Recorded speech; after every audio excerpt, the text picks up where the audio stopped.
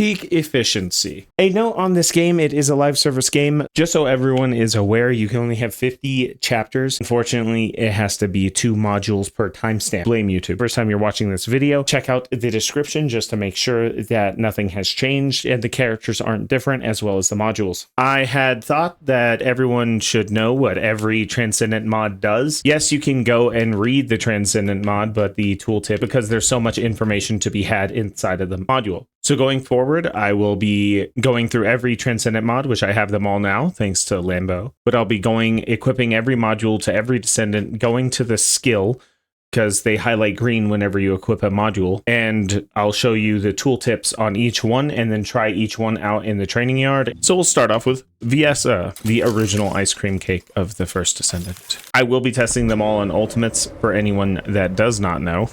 The only difference between ultimates is a stat bonus and the modules that they can equip. Most ultimate descendants have 2 modules. So if I go and I equip ultimate Viessa and then I compare her to normal Viessa, I can do so by simply having the descendant on and then going to the regular descendant and highlighting the graph where it says hide show stats graph at the bottom of your screen. The difference between ultimate Viessa and normal Viessa, we'll be doing all of this on base characters. First, we have base Viessa.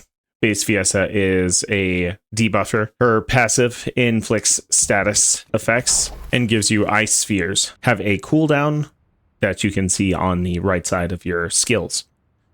Whenever that cooldown is back, any attacking skill you have will give you 3 ice spheres. It does 189,000 base.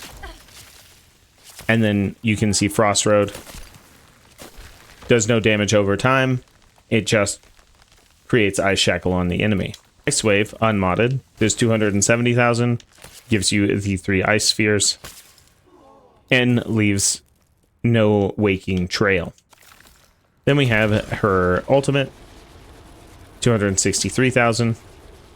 Something to know about Viessa's ultimate is that whenever you click it, you get a double snap for the first tick. You'll see 2 ticks of damage.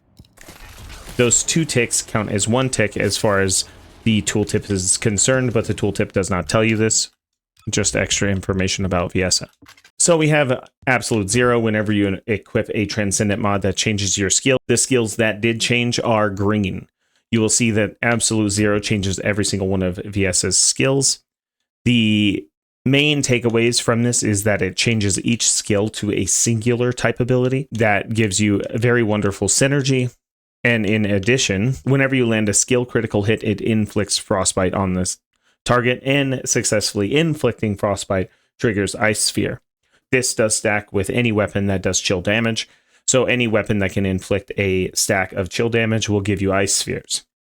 Clairvoyance is a mainstay for Viessa because it lowers resistance to chill, but it only lasts for 2 seconds, so I don't think Clairvoyance is worth it. So the first ability, Frost Shards, has a skill power of 803%. If we equip Absolute 0, you can see it adds nearly 200% skill power, increasing that skill's damage quite substantially. Typically, Frost Road has no continuous damage. Frost Road is only a debuffing skill. On Absolute 0, it does 182,000. Your Frost Road not only inflicts the frostbite status, your Frost Road inflicts damage over time with a chance to inflict frostbite. The third ability leaves a more lingering ice trail on the ground while dealing more damage. And then the ultimate just deals more damage. That is her first module, Absolute 0. Perks of Absolute 0. 1, it is only an ultimate Transcendent module, so only Ultimate Viessa can equip this. And 2, it increases the damage of all of your abilities to include the passive ability that gives you your ice spheres, 352% skill power with, and then 259 without, although you don't get all of the debuffing abilities. We'll go on to her second module, Cold-bloodedness. Cold-bloodedness has seemingly one effect. The one effect is that whenever you cast your second Frost Road, which it changes into an ability called Cold-bloodedness, now instead of getting the debuffing ability, what you get is a skill power increase of 5%. Not that much, but the main takeaway is you get an MP cost decrease of all following abilities for the next 20 seconds, and you get a cooldown reduction rate of 20%. This is mainly used to spam her ultimate. So her ultimate is tech. So you'll see on her tooltips with MP conversion and nimble fingers on, we have a 62% reduction in skill cooldown. If we activate cold-bloodedness, this goes to 82%. All we need is 8% after that to achieve 90%. You cannot go above 90% cooldown in the game. It will max out at 90, and it will say so inside of the tooltip. 0.074 will be good enough, but the 0.074 does not show here. Instead, it will show here. As you can see, I have a 0.695 cooldown whenever I activate cold-blooded. It goes to 0.895, and then I can spam her ultimate. And now her ultimate has a 6-second cooldown. And if you put duration on here, on the skill power modifiers of -21, they are really inconsequential to Viessa. I have the maximized duration. Decreasing it, it goes from 800% to 780%, which is basically nothing. However, if you get the stack well enough, you can double stack your ultimates, and you can have 2 at once active. You can see on the far right side that my cooldown also gives me an unlimited amount of 3 spheres. This is important for a later module. I will not be going into a ton of builds with these modules, otherwise the video would be a day long. So these 2 are noted as the best modules for Viessa inside of the first descendant. However, we do have more. Cold cohesion. If you'll notice, now we have 5 spheres. This, to me, I don't think is worth it, simply because you can see a delay in the time it takes to shoot an ice sphere anyway. With the other 2, if you get your cooldowns long enough, you have 3 spheres up anyway, so there's no real point to just use it to just have 5 spheres. You get other benefits from this module, but that is why this module is typically not worth it. Not only that, you'll see the projectile damage at 259%, and on absolute 0 it was 350.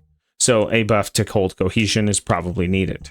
Then we have Cold Snap Watch. Cold Snap Watch is mainly used for debuffing. It turns our ice wave into a chill zone. This causes a lingering status effect, 8 seconds at base. You can make the range of this really ridiculous, and that's why a lot of people like it a lot. Since it has a base range of 10 meters by 3 meters, we can maximize the range on it by 250%. A note on range: inside of the tooltip, you'll see max expandable range 250%.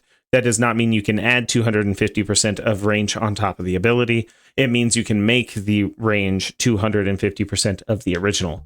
So we're actually having a skill power modifier of 20% for no reason, when we could instead just equip amplification control and opt for more shields.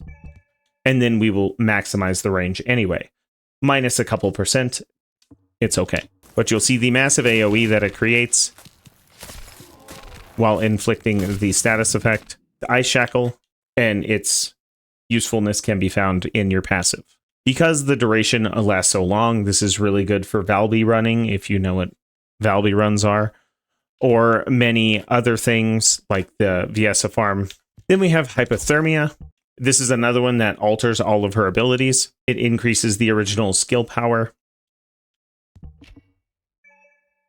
as well as increasing the radius. So you'll see a buildup on this. That giant icicle that you see in pubs, that's coming from hypothermia. This, in my opinion, is one of the best ad clears, but I prefer absolute 0. But something that it does is change her passive. Instead of having the floating balls do the Ice Shackle, now you get something else called Ice Needle, which the benefit of Ice Needle is that instead of debuffing, it just deals damage over time, which is why a lot of people prefer this for Void Intercepts, although I don't think that the damage over time is worth replacing the other modules that I have leveled up here, but obviously to each their own. Enjoy your builds. Then the last one we have is Glacial Cloud. This turns her ultimate into a sort of grenade throw. You can see here that the skill power is 1400. Doesn't really change the outcome of the ultimate too much. and I do believe it is a wasted Transcendent module on your build. However, the cooldown for Blizzard starts at 60 seconds, and then you'll have a decreased cooldown and a decreased skill cost to go with it. And that is Viessa's module. A mainstay of Viessa is typically you'll have 2 different guns to put on Viessa. One is Blue Beetle. Blue Beetle's unique ability increases your skill critical hit rate at max. I do believe this is 30%. This is not additive, so you do not get 30% added to your character's stats. Instead, it is multiplicative, and Viessa's skill critical hit rate, which all skill critical hit rates of descendants are not the same. So you get 5% critical hit rate added on top of your Viessa whenever you proc the unique ability. Another one is Secret Garden. Because her ultimate is tech, and you can use cold-bloodedness to snap it in 6-second increments. Whenever you maximize the unique ability of Secret Garden, you can get a 37% increase on skill power, which if you're spamming her ultimate, that's a lot of damage. So that is Viessa's ultimate modules. Now for Valby. Valby's typical playstyle. A lot of people like to play her as dots. Her first ability is a bouncing ball. Each consecutive bounce increases the damage of that bounce. The other one is a teleporting ability that leaves 2 water puddles on either side. The third one is a water slide traveling ability that lets you travel through enemies. And the fourth ultimate ability is a tethering orb. Valby is typically used to increase range. A lot of people like her for farming, and we'll go into her modules now. The first one we'll go over is Spiral Tidal Wave, her ultimate module. It changes the ability of the first one into a flying Rasen gun, the range of which is quite substantial and goes quite far. You can see it sports 500 skill power, with a small puddle dealing 60% skill power over time, inflicting the debuff Laundry, which is a Valby exclusive. It decreases electric and non-attribute resistance. If you're going to ask me how much extra damage this does, it actually just depends on how high the resistance of the enemy you are fighting is. So there's not a static number of damage that this gives to your abilities. The base bouncing puddle does a little less damage, 30% skill power less, but it doesn't have the added benefit of increasing the damage per bounce. So you get 25% damage per bounce. 1, 2, 3, 4, 5, 6. So 6 times 25 is 150% extra damage. Granted, that is on the initial hit. The flying Rasen gun has an added benefit of being useful in the Gluttony fight. In Gluttony, there are floating ice orbs, and the ability that is Spiral Tidal Wave carries all of those orbs to the direction that you want to go in. This one's for you. Then we have Singing Water. Singing Water is a secondary effect that taunts the enemies around it. This does not work in the training yard because the training yard dummies do not move, but all it does is have a taunting effect. The taunting effect does not work in Void Intercept bosses. It removes the damage. However, it removes the damage of the effect, so I actually don't like this too much. If it worked on Void Intercept bosses, it would be worth it to run, but that would be broken if you could taunt Void Intercept bosses. Then we have Tidal Wave. Before you saw Valby create a puddle of water with her third ability, instead of creating the puddle of water, now you just deal damage to enemies while passing through them, and you deal extra damage on the outside flip based off of how many enemies you traveled through, up to a maximum of 10 enemies, which is 150% extra damage. A note on damage that works that way, it is additive. Every stack does not compound in of itself. That would be crazy. Then we have Water Play, which changes her first ability into an AoE ability. You might think that this is bad, but this is very good for farming, as it just lets you put large puddles. And if you have a high enough cooldown, you can stack the puddles depending on how long your cooldown is. The last module, and it is the module most people like to run on Valby, is called Supply Moisture. Supply Moisture adds an added critical hit firearm rate to your gun and a critical hit to your skill. Then it increases all of your abilities by duration up, and all of this is only active if you are inside of water. It also says trigger rate increase. This is the elemental trigger rate, 2%. Now, 2% doesn't sound like a lot. However, whenever you equip a shotgun, that 2% is based off of per pellet. You'll see I am dealing chill damage, and all three of them are not, in fact, affected. If I am standing in water, it almost makes it 100% because of the trigger rate being triggered on per pellet. This is just something to note on shotguns. There, he does not care about the taunting spheres. Now we have Gley. On a side note, this outfit of hers looks extremely uncomfortable. Basics on Gley. Gley does not have or MP. Instead, she switches it for a resource called life spheres that everyone calls blood orbs. Understandably, they look like blood orbs. So right there, you'll see a blood orb. When I pick it up, you see me gain 1 resource of life sphere. You'll see both the second and the fourth ability not being able to be activated. That is because you need a minimum of 3 to activate those abilities. Every time you pick up a blood orb, it heals you for 4%, which is booty cakes, but it is better than nothing. They only last for 8 seconds. Duration does affect this. A side note on duration, not all skills have a duration that can be affected by modules. Like Ajax barrier, it only lasts for 25 seconds. There's nothing you can do about it.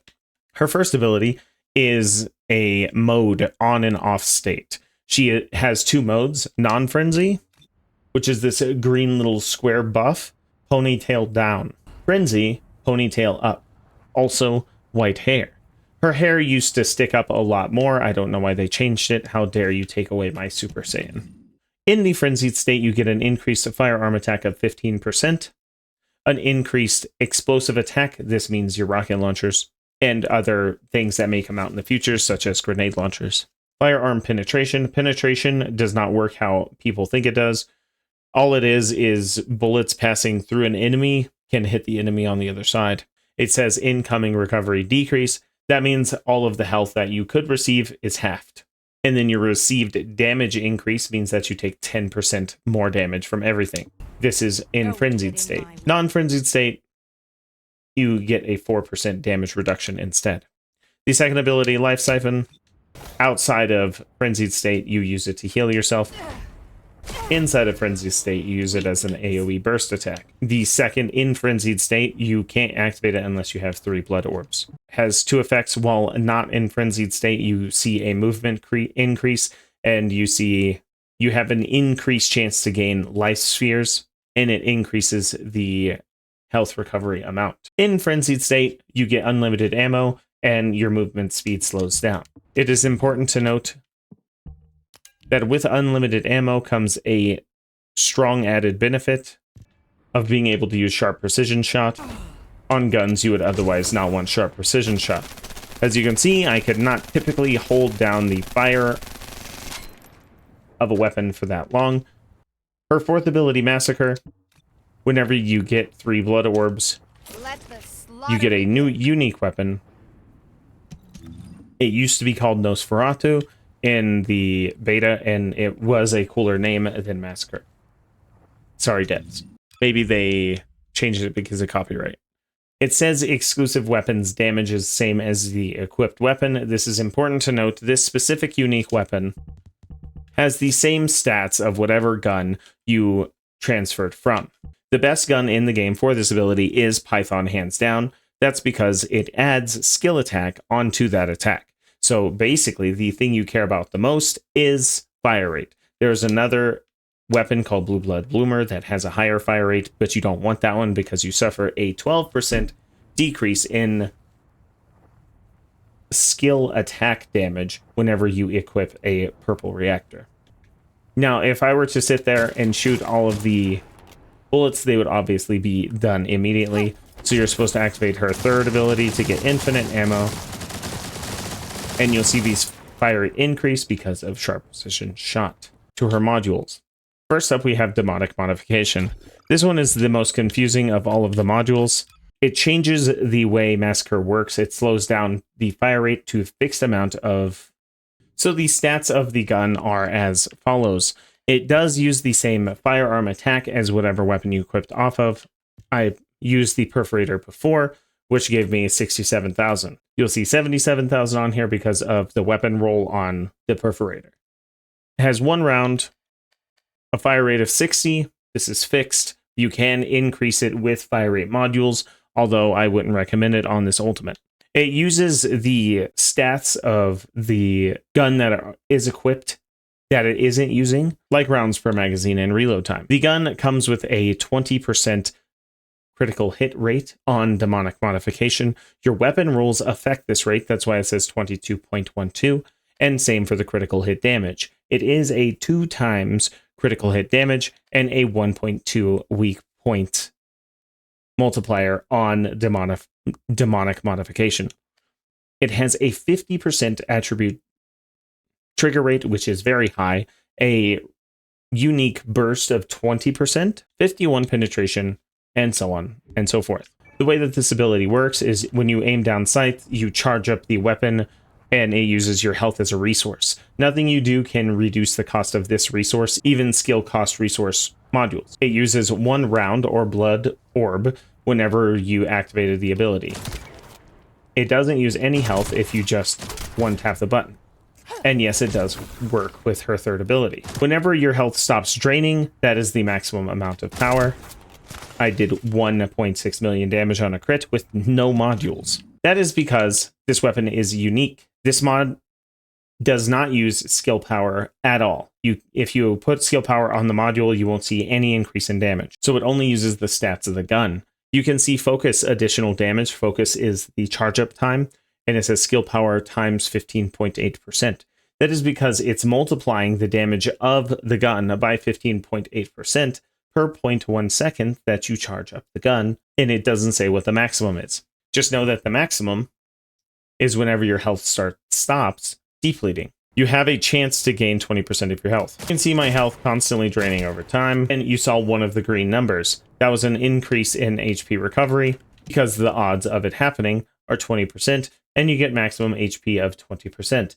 But the HP that you gain is based off of the 0.1 second skill power multiplier that you aim down sights with. Yes, it adds additional damage of 373 skill power, but I'm going to be honest with you, 373% skill power, or even 463, which is the maximum you could charge it up to, is very inconsequential to the 35 million critical hit damage that you could achieve with a build on demonic modification. The next ability, this is probably the most popular, is massive sanguification. And what it does is it allows you to cast the second ability for free, and you get 3 orbs of life, assuming you're in frenzy. And then you can cast your ultimate without acquiring orbs of life on random chance from enemies. And then you can go about your day. The next mod we'll go over is Predator Instinct. This one is tricky. See that no matter how long I hold down the button, it always does 61,000 damage. If I were to do that on an automatic weapon, the Python, so you'll see the damage starts off at 10,048, and as time goes by, it goes to 11,900. That is because this only works on automatic weapons. And then we have Explosive Life. Explosive Life modifies this ability to spawn the blood orb rates at a rate of 40% instead of 30%, and changes her second ability to turn your blood orbs into bombs. If you're trying to make an AoE mob clearing build,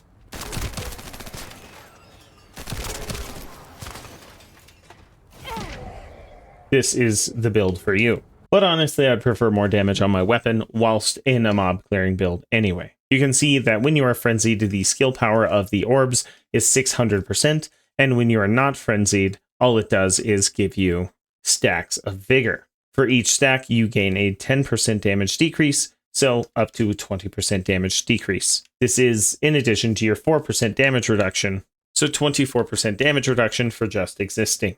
Then we have Blood and Iron. Blood and Iron changes her passive to give you life orbs on a 30% chance per crit at 1 per life. The only problem is that this has a 5-second cooldown, so it will take you 15 seconds minimum to get an Orb of Life, but probably closer to 2 seconds because you'll be building for cooldown. So you'll see it says 30% chance on a critical hit. If you are going to use Blood and Iron, I highly recommend having something with a very high critical hit chance in your inventory. Super Senses. Super Senses changes maximum lethality to a fixed fire rate of 48, which is the same fire rate of Piercing Light, if you are curious as to what that feels like. And in exchange, it gives you an increased duration to the ability. Typically, the duration is 5 seconds with a 40-second cooldown, and Super Senses is a 40-second cooldown for 8 seconds. This just makes it easier for you to maintain a state of increased sensory all the time, so you get free ammunition. But it's only worth it on things in the game with a very slow fire rate already. And that is Gley, or Mommy Dearest. Now we have everyone's favorite, the Magnanimous Bunny. Although there is no other module for me except for high voltage, my bunny will die with high voltage on, or at least on setting 1. She has other options. Start with Bunny's basic abilities, although everyone is aware of them, I'm sure. First, you will notice 2 bars of energy underneath her skills. The blue bar at the top is mana, the one slowly filling up is electricity. The electricity gauge fills up the more distance you travel. Her second ability is a movement speed increase. This is a precursor to many of her abilities that trades your MP for electricity and distance. It has a very short cooldown and does not have a duration because it is always procced if you want it to be. Why I'm doing this out of order is because her abilities are predicated on you having energy and mana. Her first ability, Thrill Bomb, uses a portion of electricity, affording 156% skill power, and increases the damage based off of how much electricity you have at the time. So you always want to try to cast these types of spells when you're at maximum electricity. A note on electrocution: everyone thinks that Descendant electrocution decreases defense by 3%. It does not. That is only on firearm electrocution. It is so. I am sorry for your loss. You'll see a maximum expandable range of 300%. She is one of the few descendants that get 300% maximum expandable range, and this ability cannot hit more than 6 monsters. Although I'm not sure why, probably so you don't just go running around spamming your first ability for free. Because it costs no mana, it only costs electricity. The second ability is the movement speed. The third ability is lightning emission and Bunny's entire kit, essentially. Another ability that does not use mana and instead it uses electricity. It creates a lightning field that you will make more of the more distance you travel. Yes, this can be combined with a grapple hook to increase the amount of damage that you perform. Her fourth and final ability is maximum power. It is a beam of electricity that shocks things similar to a charged beam, do more damage the longer it's held down. Her passive Rabbit's Foot is the unique resource of electricity, and in addition, every time you double jump, you perform an electric burst. The first module I'll go over is Ultimate Bunny exclusive Electric Charge. Changes the passive, you still gain the electricity at the same rate, and the same electricity cost whenever you stop moving. But now on double jump, it nearly doubles the damage of your double jump to begin with. And whenever you acquire stacks, every time you hit an enemy, you'll see a tiny little 0 above the thing that looks like the battery. If I shoot an enemy, I get no stacks. If I shock an enemy, I gain stacks based off of the amount of enemies that were shocked. The electrocution does not proc the battery. However, double jumping also gives you extra stacks. Now, when you are at 100%, that is when you can dump them for an extra double jump damage. The damage of the extra double jump does seem useless, as it is very similar to the damage of a regular double jump. Does this one need a buff as well? Most likely, yes. Then we have Bionic Fuel. Bionic Fuel on Bunny changes all of that, and instead of using your mana, you use your HP.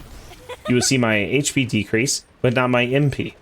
You can decrease your HP up to a maximum of 15% of your maximum before it stops deplenishing, but you get unlimited travel time as Bunny. This might seem very good, but there is a couple downsides with this ability.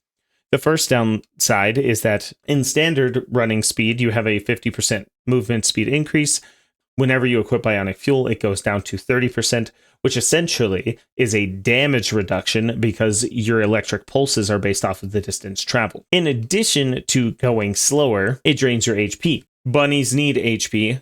You'll probably remember reviving a couple that didn't have enough. Bionic Fuel offers a couple build sets. You can build for Overwhelming Shield and stack shields into Bunny simply for farming. That it does make your farming life a little bit easier because ads don't have hardly any health and you don't have to murder them as vehemently. However, Bunny has some of the best voice lines in the game, so enjoy her perky attitude. Then we have Superconductor. Superconductor adds an effect that reduces the enemy's attack. The attack decreases 20%, and then the same for Electrocution. It does decrease their attack by 20% as well. Next, we have Electric Transition. While you are traveling with Electric Transition, this gives you an added benefit of recharging your shields. You cannot see the shield recharge rate here because I am in the training yard. It is 0.5% per meter. This ability is overlooked a lot. We have Electric Condense. Electric Condense is something a lot of people prefer for bossing because it offers a skill power modifier of 2000 with a multiplicative increase of 150% at maximum electricity retained. If I activate Electric Condense, you can see on the left side, and then it explodes. The left side was a timer in order for you to develop electricity while you run so that you can retain as much in electricity as humanly possible. So I have 5 seconds to develop as much electricity as possible, and then I deal 600,000 non-crit damage. If I do not retain that electricity,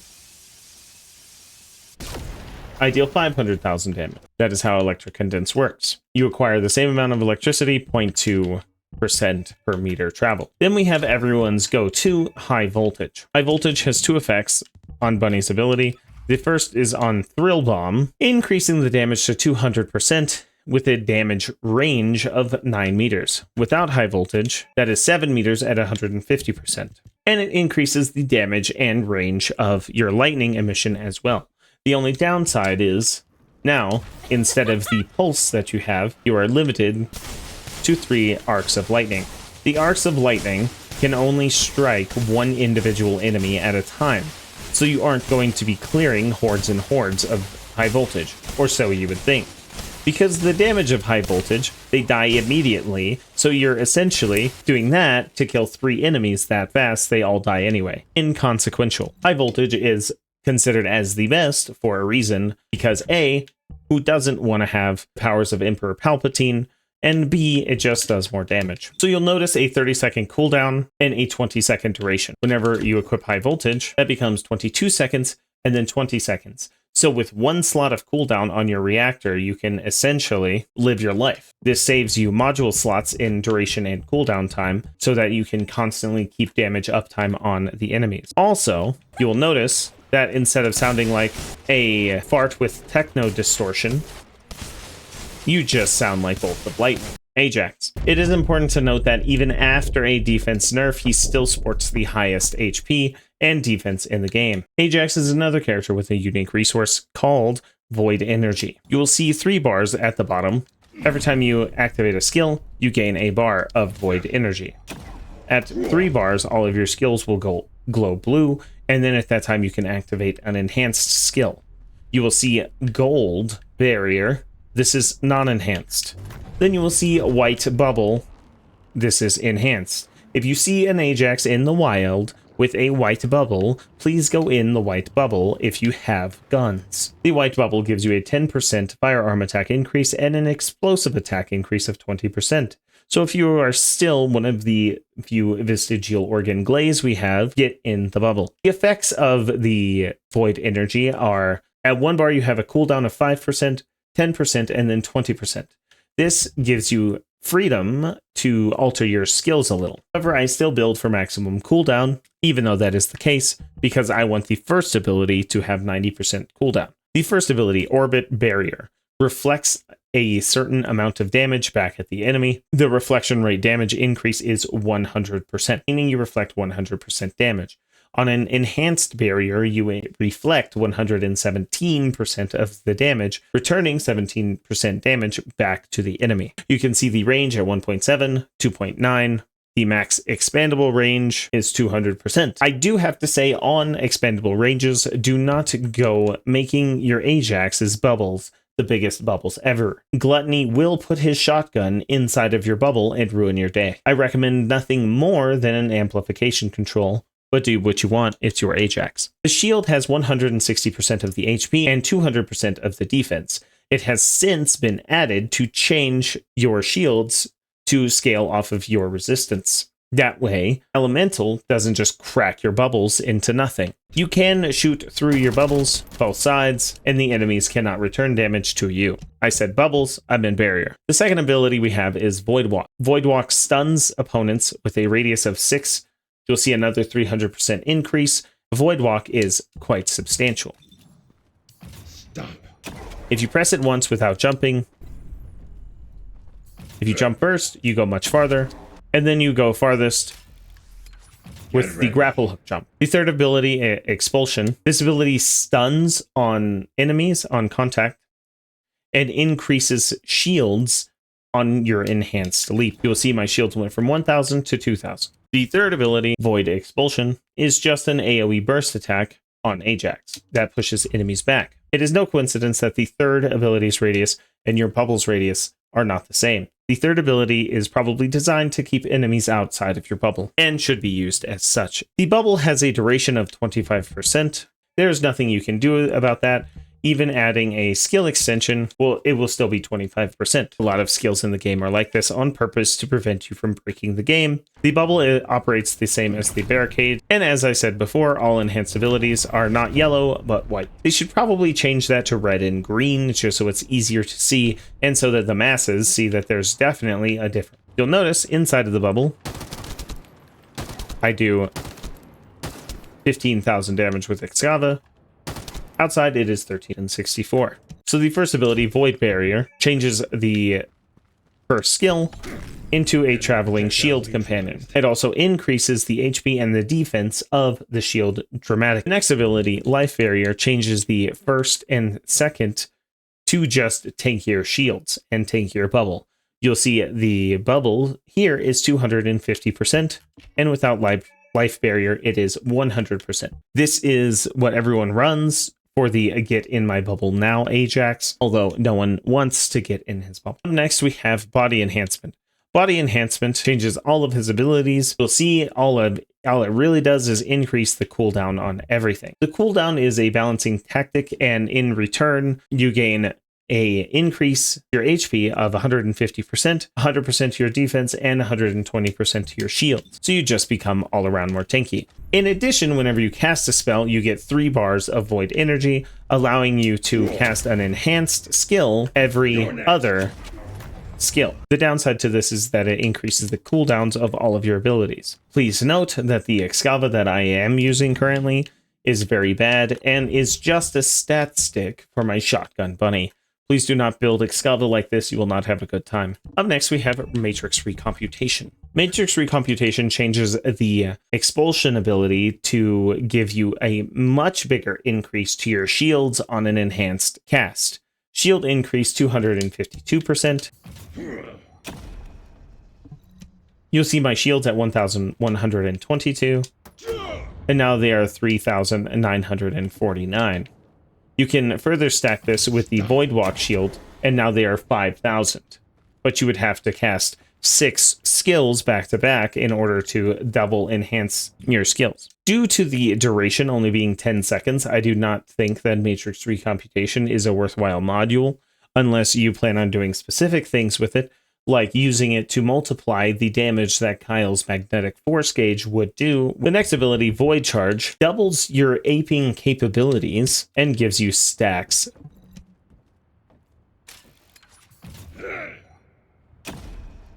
to your leap. You'll notice that it automatically cooled down and gave me an extra stack on an enhanced leap, which is very cool. In addition to this, it increases the damage to 634, before it's 578, and as you can guess, this is more for mobbing than it is for anything else. So we have 1290 going to 1000. It decreases the damage, but it also increases the damage proportional to defense, equaling 3%. This proportional to defense is inconsequential and is raw damage. Don't waste your time with it. However, for double leaping Ajax, pretty cool. Then we have Void Expulsion, which basically does the same thing except to your third ability. Turns down the cooldown all the way to 10 seconds instead of 15, and allows you to be a discount bunny as you walk around with maximum cooldown, pulsing. It is also important to note that it increases the damage of your sub attack, that is your melee, if anyone doesn't know, this useless ability that no one uses, and that is Ajax.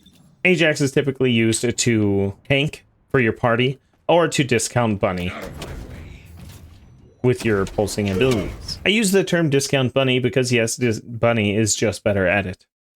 Sorry to everyone who is a discount bunny Ajax. Still fun though. Doesn't mean it's bad, just different. Now we have everyone's favorite chef, the one and only Blair. Blair only has 4 modules, most likely because he doesn't have an ultimate, and we're waiting for ultimate Blair to get the extra 2. Blair's passive increases critical hit rate based off of the number of flame zones created. They actually used to be called stoves, and they changed that, probably because that didn't make sense. You can cast up to as many flame zones as your cooldown will allow. And at a minimum of 5 flame zones, you get a 25% critical hit rate increase. The first ability, Blaze Up on Blair, creates a flame zone, and it is obviously an AoE type ability. You can create the radius of this thing quite large and turn everything around you into dust. Then we have Extinguish. Extinguish absorbs up to 5 flame zones, and for each one you get 6% skill power modifier, 8% of your MP back, and it can go up to 5 stacks. Then on the third ability is a flamethrower, Burn Taste. Works as advertised. It is important to note that most things have a damage interval of 1. This has a damage interval of 0.3, so it does 3 times the amount of damage than it would seemingly do. The fourth ability, Deadly Cuisine, locks you into a very long cast time, and you fire a fireball, which does have a limited range. When it explodes, it creates flame zones around it, and its damage is substantial. Since I have all of these flame zones, I can then acquire all of my MP back and acquire Taste of Aggression to deal increased critical hit rate and damage to all of the enemies. This is how skill crit Blair works. The first ability, Classic Chef, changes 3 skills. You'll notice now I can have 7 maximum stacks. It also changes the first ability, increasing the amount of burn damage you do. It changes your fourth ability to a fireball. You see a much larger explosion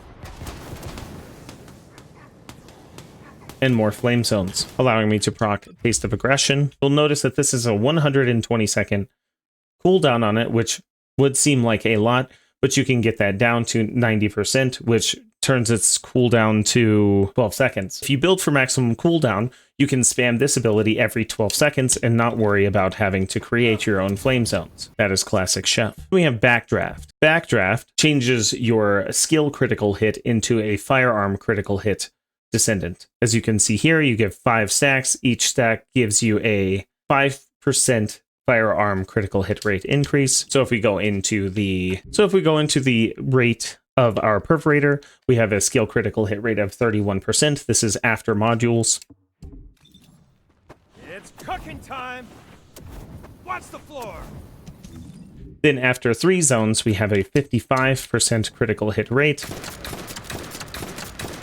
working as advertised. Once again, it increases burn, but ever so slightly. Then you'll notice a change on the second ability where it increases your weak point damage increase per flame zone up to a maximum of 5. Remember, on your flame zones, because the cooldown is so low and the duration is so high, you can have many of these. I think I've had 14 flame zones at a time. Then the last ability, Deadly Cuisine, has been changed from, you'll see the small fireballs at 584 and the burst damage at 407 with the mod. Without the mod, the small fireballs are doing a slight more damage. You still get 3 small fireballs, which create the flame zones per fireball. So this type of Blair is used for a combination of skill damage and critical hit rate on your weapons. So in situations where you're facing gluttony, it's obviously better to go for backdraft over any other one because gluttony sports a 90% critical hit resistance and then a 50% firearm critical hit resistance. So you get a lot more critical hit damage out of firearms than you will skills on gluttony. Then we have truly deadly cuisine. All it does is change the third ability to have a giant skill power modifier of 7,000 and decreases the cooldown of the skill to 70 seconds. Whenever you get to the maximum cooldown, which is 90 with multi-talented, which you can only do on dimension skills, sort of, there's some tech, but you can get this down to around 8 seconds. So every 8 seconds, you would cast Truly Deadly Cuisine, whilst proccing your Taste of Aggression first, activating Burn Taste, and while Truly Deadly Cuisine is on cooldown, you make Burn Taste last close to the 7-second cooldown timer, and you can constantly keep fire damage down on the target and recharge your MP on every cycle with Extinguish. That is the best way to use Truly Deadly Cuisine. And it does massive amount of damage. Last one we have is Incendiary Bomb. Instead of throwing your flame zones on the ground, now you get to throw them at your enemies. This has a skill power modifier of 36%. However, it lowers the duration by 3 seconds. And that is Blair, everyone's lovely cook, whom they tell them to cook them steaks all the time when they revive him. Poor Blair. In my opinion, he did not need a buff to begin with. He was very strong already. Up next, we have everyone's favorite neighborhood healer, the one and only Yujin. Yujin's passive is he revives people significantly faster than every other descendant, and whenever he does, he increases your maximum hit points. Once again, Excava is on here. That doesn't mean it's good. His first ability, Solidarity Healing, is a buffing effect that this line creates a link between Yujin and his comrade that sport a drone, as shown in this video. The drone has a range. Inside of the range, you have to stay inside of the range for 10 seconds. After the 10 seconds is up, while it heals you for a maximum recovery interval of 9% of the target's hit points every 1 second. This doesn't mean that that's what happens regardless of your build. This means that with a build, you can heal up to 9% of their hit points. Then after that 10 seconds, you get Stimulant. Stimulant increases firearm attack and skill power by 34 and 23, and also increases Yujin's firearm and skill power as well. Notice that the duration increases the stimulant, but because of this, I think it's actually more beneficial to build for cooldown instead of duration on Yujin, because it's more important to cast his abilities more often than it is to keep them activated. But that is a personal preference. The second ability, Allergy, is sort of a debuff on the target. The duration is 5 seconds. You get a 2 stack of it. And now this enemy is inflicted with Allergy. You'll notice every time I shoot, there is a pulsing effect on Yujin. This pulsing effect within the applicable range, recovery range when hitting an enemy, will heal your allies for 8.6 seconds per tick affected by this. So this is actually the fastest way to heal all of the allies in your party if you do not want to build into healing. Then you'll see a received damage increase of 10%, but whenever you are fighting a Colossus, and instead you get a 1% recovery because of how Yujin's healing works. One, it is important to have a weapon mounted on Yujin. A lot of people are going to say not to do this because you can max out your healing with the purple reactor. If you max out your healing with the purple reactor, one, you need an additional module to do so, and two, it doesn't give you any freedom to use the modules that decrease your skill power modifier. If anyone's interested, Yujin's healing works off of a sigmoid function. A sigmoid function is the little s. Then the third ability, Stimulant Spray. It causes stimulation. The stimulation reduces damage incoming on Yujin and everyone he affects with this. And in addition, whenever you take hits of damage, you recover when the skill ends or after you've taken 15 hits. Too much. too many hits. It does look like this. So everyone in that radius would have been given a 25% damage reduction and region tick heal. I don't know if there's a better way to say that. His fourth ability is a little odd. You will see this ring like into his jump and run inside of the ring. Whenever this ability ends, which you can end it by firing your weapon, in addition to purification, which it removes debuffs and provides you immunity to being debuffed.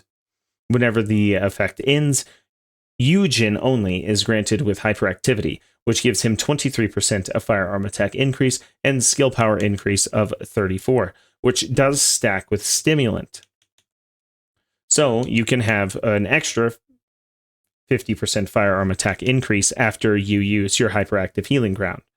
The cooldown on hyperactive healing ground is 120 seconds. You can get to 82% cooldown without multi-talented, and this does scale off range. Our first module that we'll look at is First Aid. First Aid is a first ability conversion. What it does, instead of giving you the linked drone, it allows you to make a first aid pack. The first aid kit heals someone who comes and picks it up for 27% of their hit points. It does not scale off skill power, so if you don't want to build into skill power, this might be the module for you. The first aid gives you stacks of 5, and when you have 5 stacks, you will have an increase in defense up to 25%. For anyone that's wondering, it has quite the distance on a summoning range. Upon placing a medkit, anyone can go pick it up and grab the 5 stacks. The second one, Efficient Treatment, converts his passive. Whenever you heal someone 3 times outside of your restructure serum, you are granted with a permanent effect of hyperactivity. When you're out of combat for 10 seconds, the hyperactivity ends and increases your incoming recovery up by 5%. Hyperactivity is the thing that gives you 23% firearm attack. So if you are after the strongest Yujin, not the best support character, but the strongest Yujin you can be with firearms, you would actually do want Efficient Treatment, as it will allow you to constantly maintain hyperactivity. Because if you lose it, you can simply use Solidarity Healing or Stimulant Spray on your allies to proc it. It does not use Restructure Serum to proc the ability. Then we have Proliferating Allergy. Proliferating Allergy is the go-to for an ad mobbing build. What it does is it gives all of the enemies a debuff that makes them explode like poison balloons. Although it is not poison, it is non-attribute. So here we have a poison enemy bomb. This inflicts every enemy with the same poison enemy bomb, so when one enemy pops, most likely they all pop. As the skill power modifier for such is 1000. And then whenever the effects ends, it blows up anyway. You can increase the explosion radius of Proliferating Allergy by 250%. You'll notice a very low cooldown, 10 seconds, and you can essentially keep this active all the time on every enemy that could exist. A note on reactors on Yujin, you'll see a non-attribute fusion. That fusion part of the non-attribute, as well as the non-attribute itself, it does affect each one of these skills in proportion to the power boost ratio. So all of these are increased by 0.2 because that does increase by 0.2. The last one that we have is Duty and Sacrifice, and that's why I bring up the reactor thing. Duty and Sacrifice is a one-click heal. Whenever he does that, if there are any allies within 150 meters of Yujin, they are all healed. People were saying it's 300, it's 150. So what this does is it allows you to heal up to 82%. When I say it allows you to heal up to 82%, that is predicated on your skill power combined with your skill power modifier. Like I said, the equation, very complicated. I don't really want to do the work to figure it out. But it is a sigmoid function. But if you do understand it, maybe you can do it. I don't want to. In addition to healing up to 82% of you and your allies' hit points across the board in 150 meter range, it gives you a regeneration boost of 11% per 1 second, which is extremely high. A note on all healing in the game, you have these modules, these medical support modules. These medical support modules do go over the target maximum hit points. So if you're healing at the max of 82%, you can put HP heal on and it will overclock that by 30% of whatever you are healing at. So if you're healing at 60%, it will give you an extra 20% on that 60% as an added bonus. It is not multiplicative. It takes 30% of your HP heal and then adds it on top of your HP heal. There is no range decrease of how much you heal. It just heals for how much it healed. An important to note on Yujin, if you are in a dungeon, the 150 meters does not apply. The same for the 150 meters of the XP that you would get if you were close to someone. Does not apply inside of dungeons. Inside of dungeons, they are their own instance. They are not part of an open world. So anyone in the dungeon gets all effects of anything that don't have a range. On my Yujin reactor, I have a non-attribute fusion. Fusion is skill power, skill cooldown. Now, what is the best reactor to use? That depends on how you want to build Yujin. I built him for a maximum duty and sacrifice. I wanted to make everyone gain 100% of their hit points as often as possible, whilst maintaining Passionate Sponsor all the time. Passionate Sponsor will give you 75% of your firearm attack back into itself and add skill power modifier back into your own character. So it increases not your own firearm damage, but also your healing damage. A note on duty and sacrifice and Passionate Sponsor. Passionate Sponsor, you will see the little flowing green aura. That procs Passionate Sponsor. So duty and sacrifice will proc Passionate Sponsor within the first second of it being active and give you the maximum 10 stacks. And if you build for enough cooldown, you will be able to cast duty and sacrifice's healing before the Passionate stacks run out, proccing your Passionate Sponsor stacks. Yujin does a lot more firearm attack than people give him credit for because they don't think about Passionate Sponsor or the extra 34% firearm attack increase of Solidarity healing. That is why I have a Greg's Reversed Fate on. Now I have everyone's lovely Vault Hunter, Enzo. I would like to point out the fact that if you are having trouble getting the Enzo modules, it is most likely the case, albeit very hard to test, that when you are in a party of Enzos, your odds of getting increased rewards of encrypted vaults are stacking with other Enzos. Because as an Enzo, you will see the little icon next to Enzo all the time. This is his passive. If you have more than one Enzo in the party, you will see numbers on this passive that indicate that they are stacking. So please vault hunt together and with Enzos. However, it could also be the case that you only get the combat capabilities of the fire supporter, which is his passive. It is very hard to test, and I don't think anyone has done the testing yet. Enzo is all about shields and firearms. You will see his passive gives you a maximum round increase, and the additional increase per ally and squad member is definitely the number that pops up on the passive, but we don't know if the other effects stack. His first ability, Start Supply, gives you field supplies 8% and intercept battle supplies 12%. This just means in the field you get 8% and in intercepts you get 12. Whenever it supplies, it just means ammunition. You'll even see a purple 2 pop up indicating that you get heavy ammo. The cooldown on this is 35%, so if you wanted to, you could build for maximum cooldown and give everyone unlimited purple ammo essentially all the time. The second ability, Explosive Drone. This is really the only thing that does a lot of damage inside of Enzo's arsenal because the cooldown is at 22 seconds, which you can get to around 3 seconds of a cooldown and maximum stacks 2. It calls in an explosive drone that comes and explodes. Why, do you ask, that all of this man with his explosive drone and high technical battle suits is all dimension and singular is beyond me? Ask Nexon. The third ability, Enhanced Combat Suit, regenerates your shield and gives you continuous shield regeneration. This would imply to me that Enzo is intended to be a shield descendant. A note on shields, a hit point and a shield operate the same way. If you're going to take 100 damage, it's going to come out of your shields first, as it would have came out of your hit points with defense and resistant modifiers included. The only caveats to this are the things that bypass shields entirely, such as the environmental effects of dead brides lava pool that isn't actually lava, it's non-attribute damage. And that damage is based off of a percentage of your hit points. There's nothing you can do to mitigate it other than the autoimmunity modules. The fourth ability, Perfect Support, gives you a small drone. So here we have 9 Vulgus. If we summon our attack drone, it's about 3 per second, or 0.3, the same damage interval as Blair, although it doesn't say that. It summons a small supply ship, providing supply bullets and grants perfect support to allies.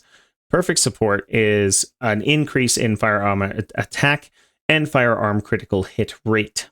This is a mainstay of Enzo and why everyone likes Enzo as a buff, because of this and one of his Transcendant mods that we'll get to. So it starts off shooting its machine gun at what looked to be 0.3 damage interval per second, and whenever the green runs out, it explodes for 2 damage ticks at 129% skill power. The supply bullets cycle every 1.5 seconds and give everyone field supplies. Once again, if you build for maximum cooldown, this returns ammo to your allies' ammo banks. The first Enzo module for focus fire changes the explosive drone, increasing its damage to 902%, and increases the maximum stacks, but increases the stack cooldown as well. In my opinion, this portion of the ability is better if you just build for cooldown and you can just cast it all the time anyway. In addition, it changes his fourth ability into focus fire. Focus fire, you'll see a different type drone up here, lasting substantially longer than his original fourth ability, but does not explode at the end. But instead of providing a firearm attack, it provides a skill power increase, equivalent to his maximum shield times 3.8%. This 3.8% is in fact applied to the base skill power boost ratio in Descendants. For anyone that isn't aware, your base skill power boost ratio will apply here, as will your skill power. It multiplies your skill power. So whatever your shields can be, I think the maximum is around the 10,000 shield mark. You can have 3.8% of 10,000, which would be a 0.38 into skill power boost ratio, which is the equivalent of 1.5 Slayer sets. So it is quite strong, although it ain't no Luna. However, all of those bonuses are only applied to Enzo. It removes the capability of him being a support character. So for me, it's out of here. But it is pretty good still. Can expect focus fire is to increase the damage capabilities of the 2 attack so that you can spam your 2. Then up next we have Reinforce Frontline. Reinforce Frontline creates a floating drone, and inside of the drone you will see a firearm attack increase, 131, and it went to 129 when it went away. However, that is because my health is only 2,500. You can get your health to 25,000 pretty easily in the game, so about a 10% increase in firearm attack at maximum. Usually whenever you have a skill like this, it only takes the base firearm attack of the weapon. So here we are wielding the Perforator, which is 67,000 firearm attack. It does not take modules into consideration whenever it gives you the buff. This is why everyone thought and still thinks that Jaber is bugged, including me, because it only takes the base firearm attack and increases it, and then adds that number on top of your final stack. Instead of getting that increase on 130,000, I get that increase on 67,000, and it is added on top of the firearm attack, which is why a lot of people's math isn't mathing. So theoretically, if I got my HP to 10,000, let's just do the math here. Usually whenever you do math in this game, you just come close if you're accurate. So here I have 14,000. So that ability should increase my firearm attack by 12.6. So 0.126 times 67,000 should give me an extra 8,400 attack whenever I go into my menu. Here I have 129,000. Initiate enhancement. And here I have 137,000, i.e. 8,000 additional attack power. So that is how it works. So in my personal opinion, I don't think that this is worth it, because after a weapon is fully built, 10% of the original firearm's attack usually equates to about a 4% increase in damage, which to me is not worth it for an entire Transcendent module. Then we have supply tactical armor. This gives everyone a 15% damage reduction, increases their movement speed by 20%. So if you have a team of bunnies and an Enzo, you increase their damage by about 15%. Because they move faster, proccing lightning emission. So you'll see here I am Enzo, and then I buff myself and my allies, and I get the movement speed although I have no allies. So you will always get the movement speed regardless, so if you're into running faster in dungeons, supply tactical armor is not the worst thing you could equip. It does give them a damage reduction of 15% as well, and it is affected by cooldown modifiers. It is quite easy to get this under 10 seconds, so you could theoretically have this up all the time. And then the reason everyone is loving Enzo all the time is actually from a supply firearm enhancer, which increases weak point damage and firearm critical hit rate increase. The rate increase 29% is additive on top of the perfect support of the rate increase from his fourth, giving you a 49% increase in firearm critical hit rate. This applies on the base of the weapon before modules. So instead of having an 80% critical hit rate, so here I have a 31% firearm critical hit rate. And when I go pick up the buff, I have a 77%. 77 minus 35 is, shocker, not 29%. So the 29% is affected by the modules on your weapon. So it is predicated on the weapon build of your allies to how much critical hit rate Enzo will be giving.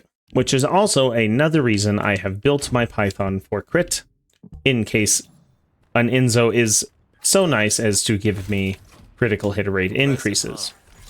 So now my Python is sitting here at a nice 40% critical hit rate. And my Python is doing 70,000 damage per bullet. On the way I built my Python for crit, you'll see I have a 60% critical hit rate increase, doing 437,000 damage at the end of sharp precision shot. Now if you want to get all techie, and by techie I mean movement tech, you can equip a firing Viessa and have a couple extra rounds of damage. But I think that's too much to try to do unless you have an Enzo doing it for you. Up next we have the most broken descendant, the strongest descendant at skill damage in the game, and everyone's beloved, the one and only Esiemo. Esiemo's passive is called, your guess is as good as mine on the pronunciation of that word, something habit. The cooldown of which is 30%, and the burst damage is 1,600. When your shield is depleted. The bomb on the ground looks like one of these, but it explodes at 1600% of your skill power modifier. You would think that this isn't that good because, one, why is there a 30-second cooldown whenever your shield is completely depleted? And you would be correct. The first ability is Time Bomb, a fire and tech ability where you get stacks of 5 of them. You can stick them to enemies, you can stick them on the floor. Firing time bomb. Bomb installed. Highly recommended you do not let them explode separately like this. You will lose a lot of damage. As you can see, each one does 43,000. That is due to his second ability. Firing time bomb. Each one did 65,000. His second ability, Blast, increases the amount of damage that you do per bomb by 25%. So if you have 5 bombs on the field, each bomb does an additional 125% damage. So instead of 45,000, Bomb installed. Firing time bomb. at maximum stacks, 3, 2, 1, boom. each one does 100,000. This is an unmodded Esiemo. Now, it is important to note that using B to explode the bombs is what increases the damage of the first ability. So you'll see a 2 underneath the second ability. That is because of the third and first abilities, bombs are still bombs. Firing time bomb. The bombs fly to the closest enemy, and you'll see they all explode. The third ability's bombs do more damage than the first abilities, and skill power 1000% versus the 400%. So if you're not building for maximum cooldown, the best thing is to increase the 2 using the first ability. As you can guess, the way through maximum damage on Esiemo is cooldown and skill conservation. His fourth ability, where he is locked into this horrible animation and then runs absolutely beautifully. There isn't a better run animation anywhere, honestly. And then he body slams the ground and explodes. Why would they program this in? Because of the lols, of course. So Archie Explosion has a cooldown of 80% and a nice skill power modifier of 7400. This is the only thing that can move faster than Bunny that I can think of inside of itself. After that, you are blessed with the ability Madness, which increases your firearm attack by 25% and increases your defense as well, but slows you down. So here, we're doing 84,000 damage on a weak point. And you can end this early by pressing this button again, which you can see looks like a little green clown man. And now we're doing 95,000 damage on weak point. Esiemo currently also has 4 modules. The first, Creative Explosion, transforms the fourth ability, makes it slightly weaker. However, you get to rain fireworks afterwards. And instead of Madness, you get Narcissism. Narcissism increases your cooldown, increases your movement speed afterwards, but decreases your defense. It's a beautiful day for blowing stuff up. And this one looks just like the skill, lighting the field behind him in lovely fireworks. His next ability, Explosive Propaganda, has a taunting mine instead of the standard, and that's one of the reasons he has the ASMR video, because you can see him busting a move.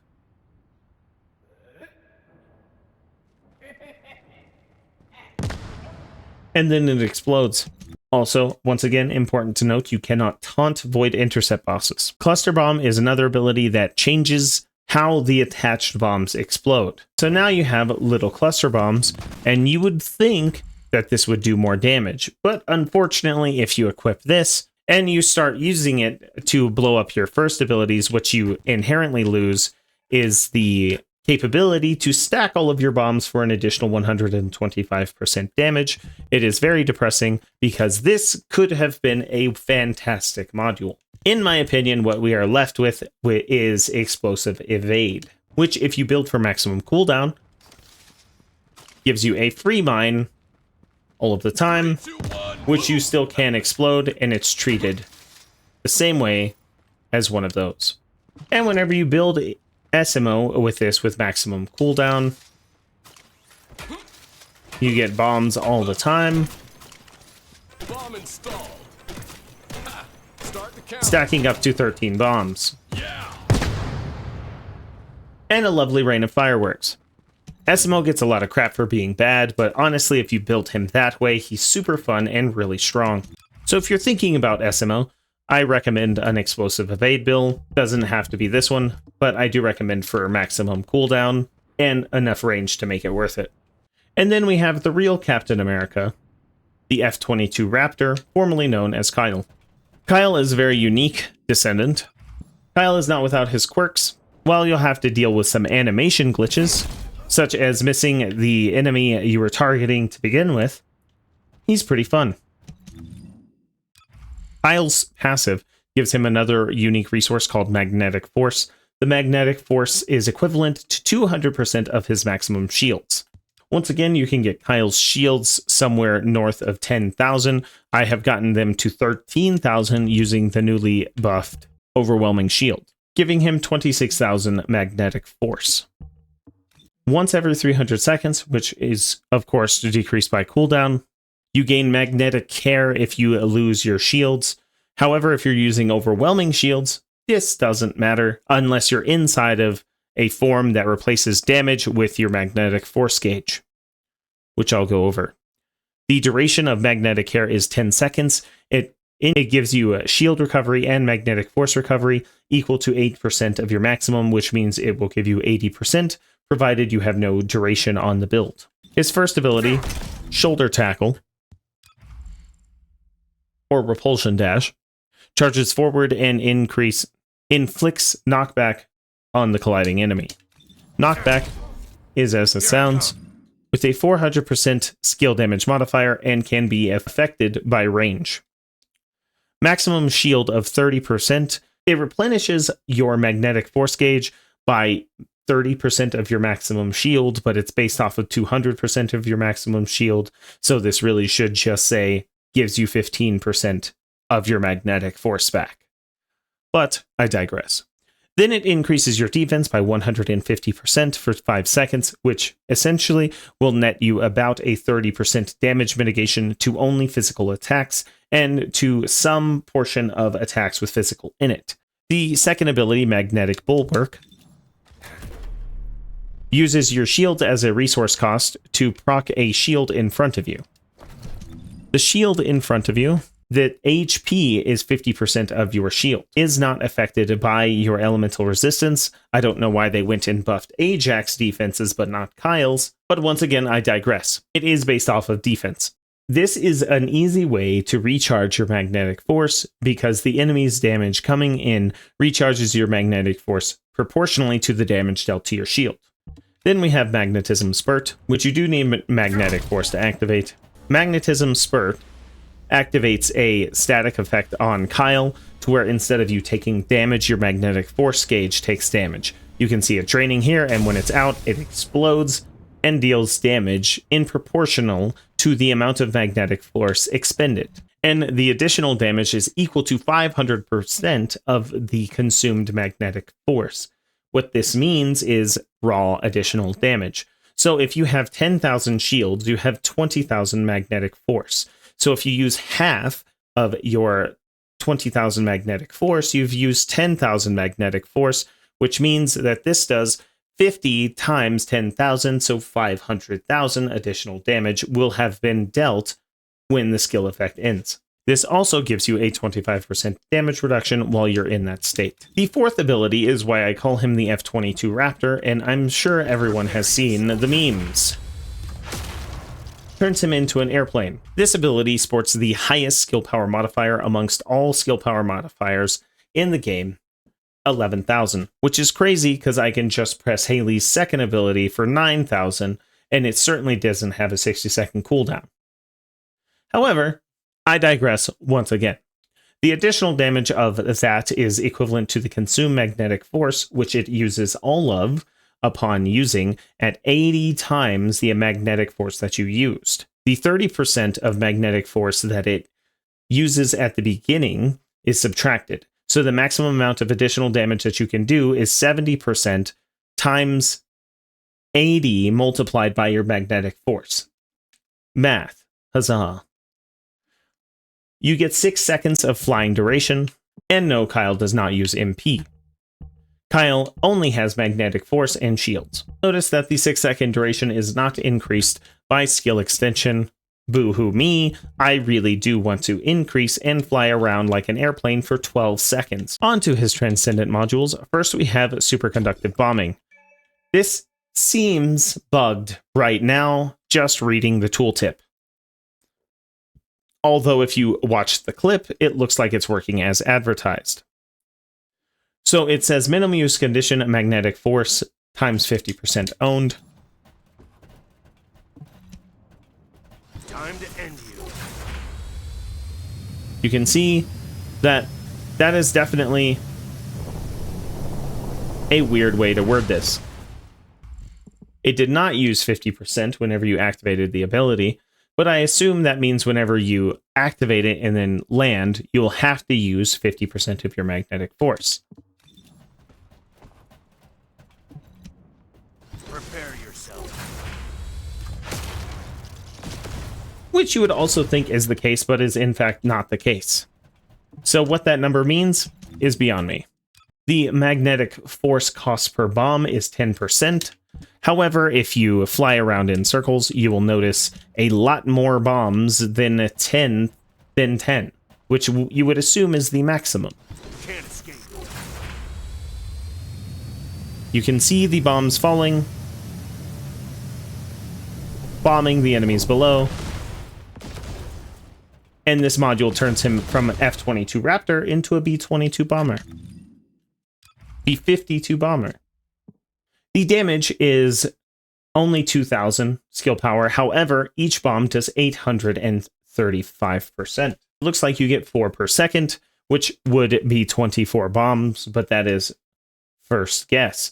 If that's the case, this can sport a 24,000 skill power damage skill, although there's no way you're hitting an avoid intercept boss like that. I have tried. It is not easy, but good luck to anyone that's willing to try and post a nifty little clip on YouTube. Then we have diamagnetic bulwark, allows you to travel with your shield and bump the enemies, causing a comedic sound.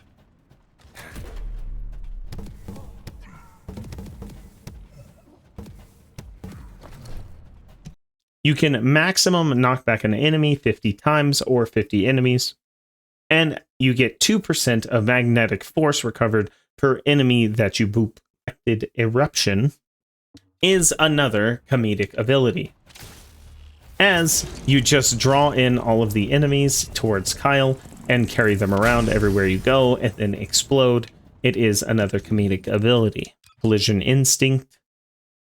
This trades the defense that you would have gained to stun the enemies for a maximum duration of 3 seconds, which is affected by maximized duration.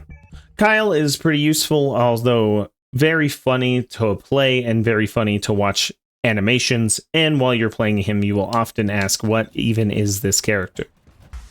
And then we have everyone's favorite DJ, Luna. Polsky hat is mandatory. Sorry that you have to buy it. Luna currently has 4 modules. So Luna is a buff character, or at least a character that was designed to buff your allies. She has yet another unique resource called the Inspiration Gauge. The Inspiration Gauge limit has 14 stacks in them, and it depletes when you're out of combat for 20 seconds. In order to gain a stage of your gauge, you must do one of 2 things. You must change the beat accurately. If you miss the beat change, you lose a stack. And then the other way to do it is to activate her 4th ability and shoot. This will give you a gauge notch each time. Whenever you have a full gauge, you will see your abilities glow. And then you can activate an enhanced song, which locks her into a beautiful animation where you in fact get turned into a Twinkie in a KitchenAid blender because the enemy mashes you to pulp. So, if you're going to build buff Luna, I recommend a lot of defensive and survivability. Her first ability, Stage Presence. This activates her unique weapon. Her unique weapon has a skill power of 193%. This is her unique weapon. It doesn't matter what song you are in, you will still do the same amount of damage based on whatever skill power modifier and skill power boost ratios you have on your descendant.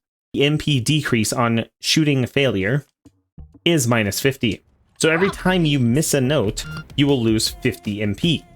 So on this current build, I can miss 9 notes before I am kicked out of the ability.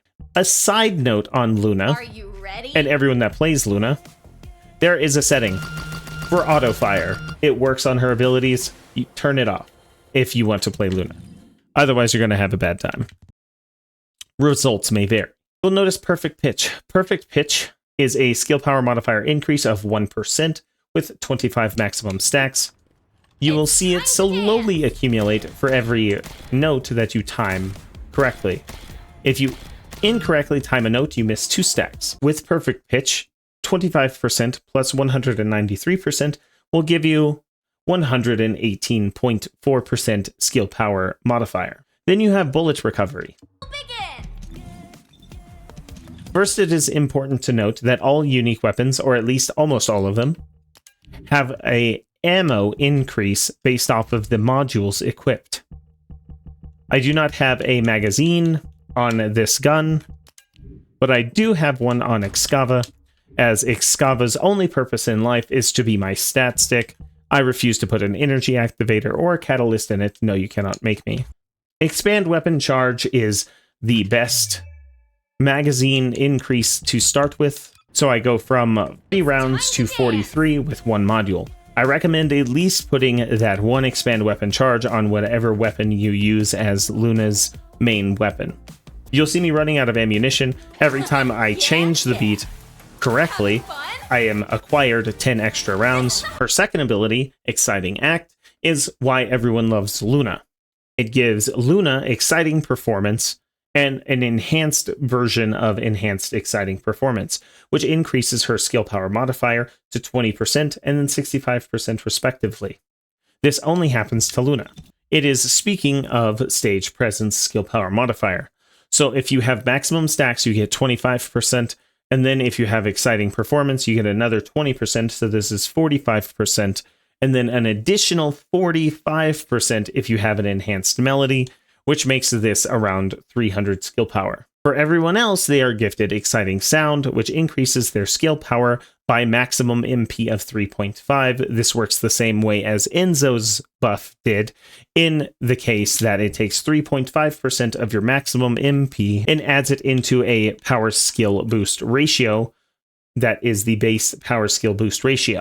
At 10,000, you will see a 0.35% power boost ratio on everyone in the party, except for Luna, which is insane, and then an enhanced version of 75. So if you have 10,000 MP, which is almost impossible to get to, I think you can only have 900 and something absolutely maxed, you will get a 75% base power skill boost ratio.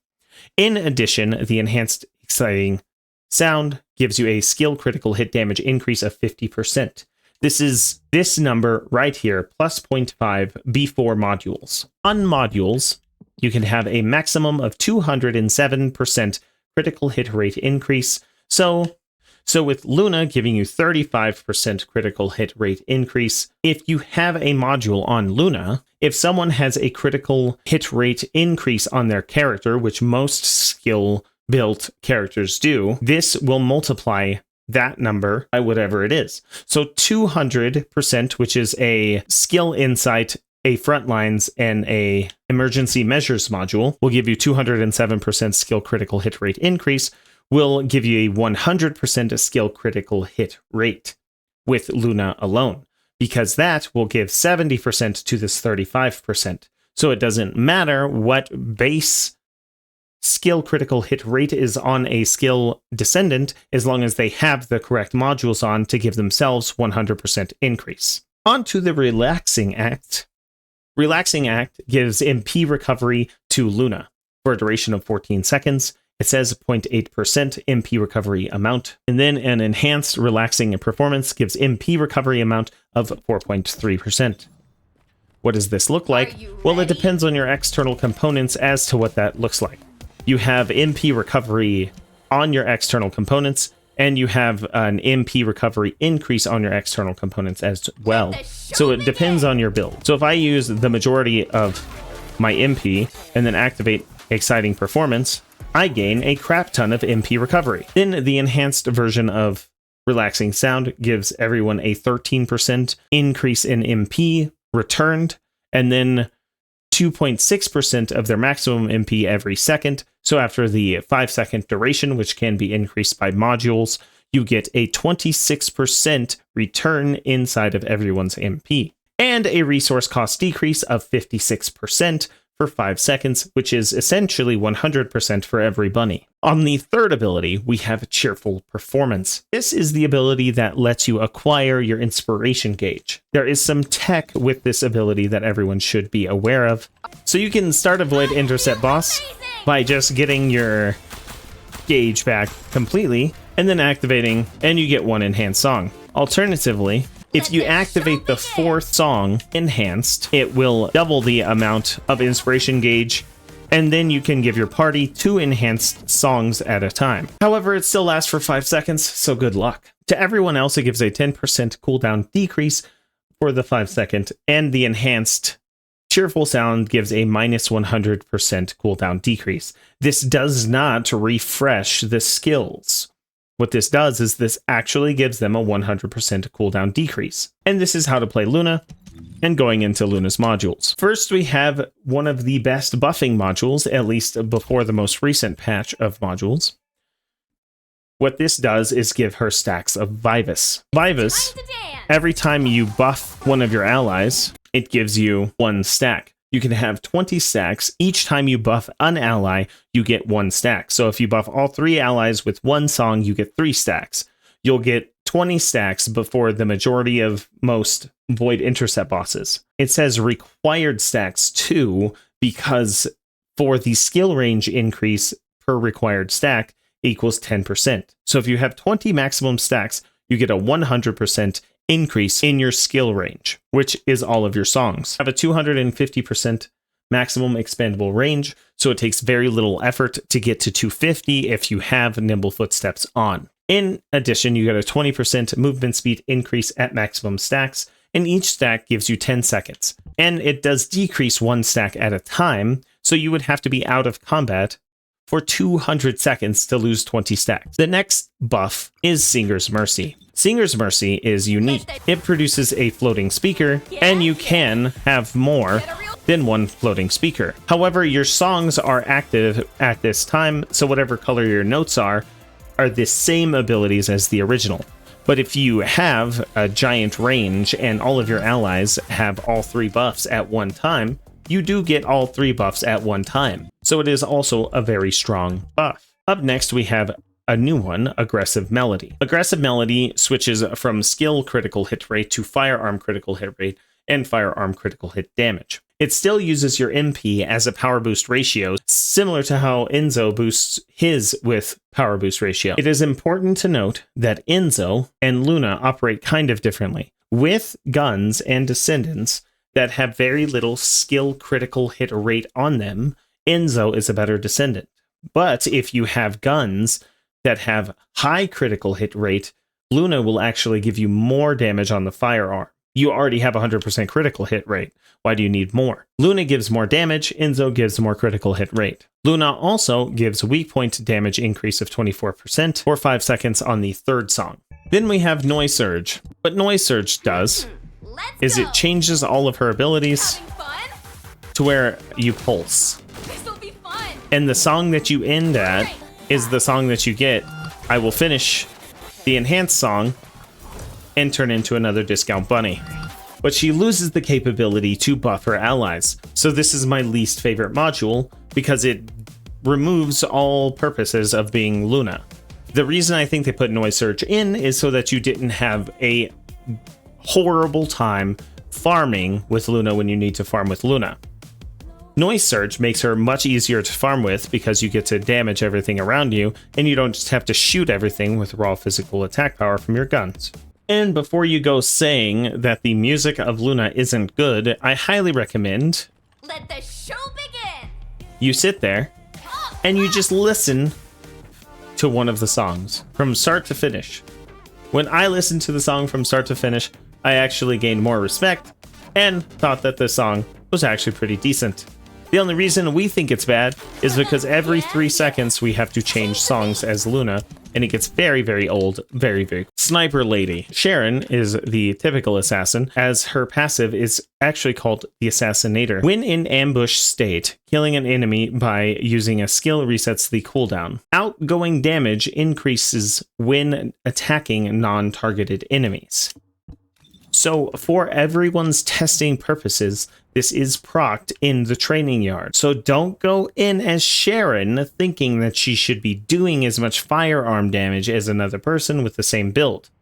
She just straight up does 15% more damage. Remember, I was doing 74,000 on weak point.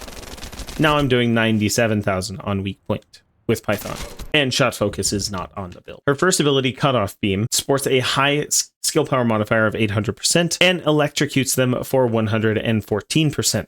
The electrocution damage interval being 1 second for 3 seconds. This has a rectangular range that looks like this. It is not a cone, it is a range. You can get the cooldown down to next to nothing, very spammable with resource cost reduction if you really wanted to build a skill damage Sharen. Her second ability, Ambush, turns her invisible and then doubles the damage of the next outgoing damage that you would deal, regardless of the source of that damage, whether it is a shot from an SMG or a rocket from a rocket launcher.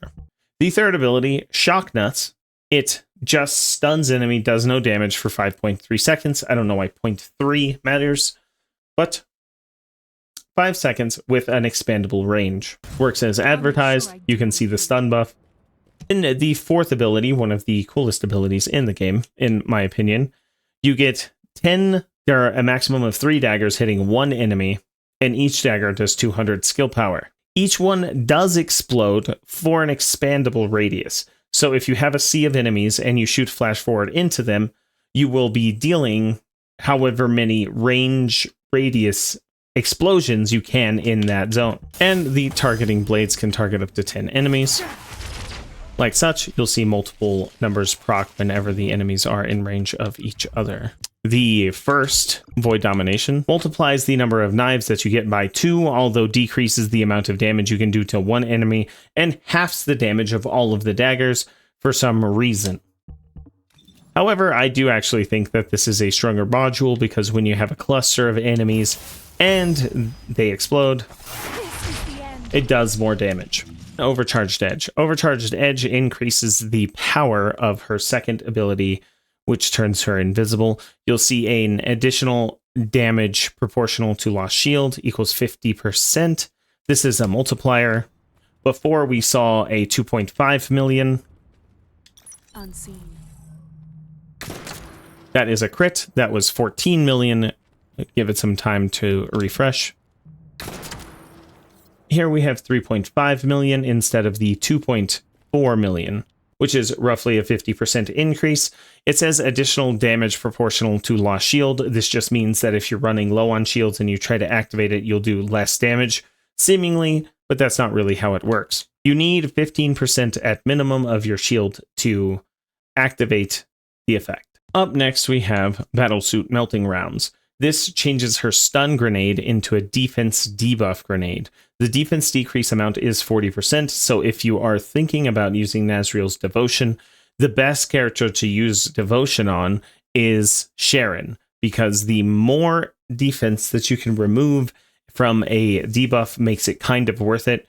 The 30% reduction in defense doesn't add as much damage as people think, and it isn't on skills, it's only on gun damage. It also reduces electric resistant reduction by 40% as well, which is very good.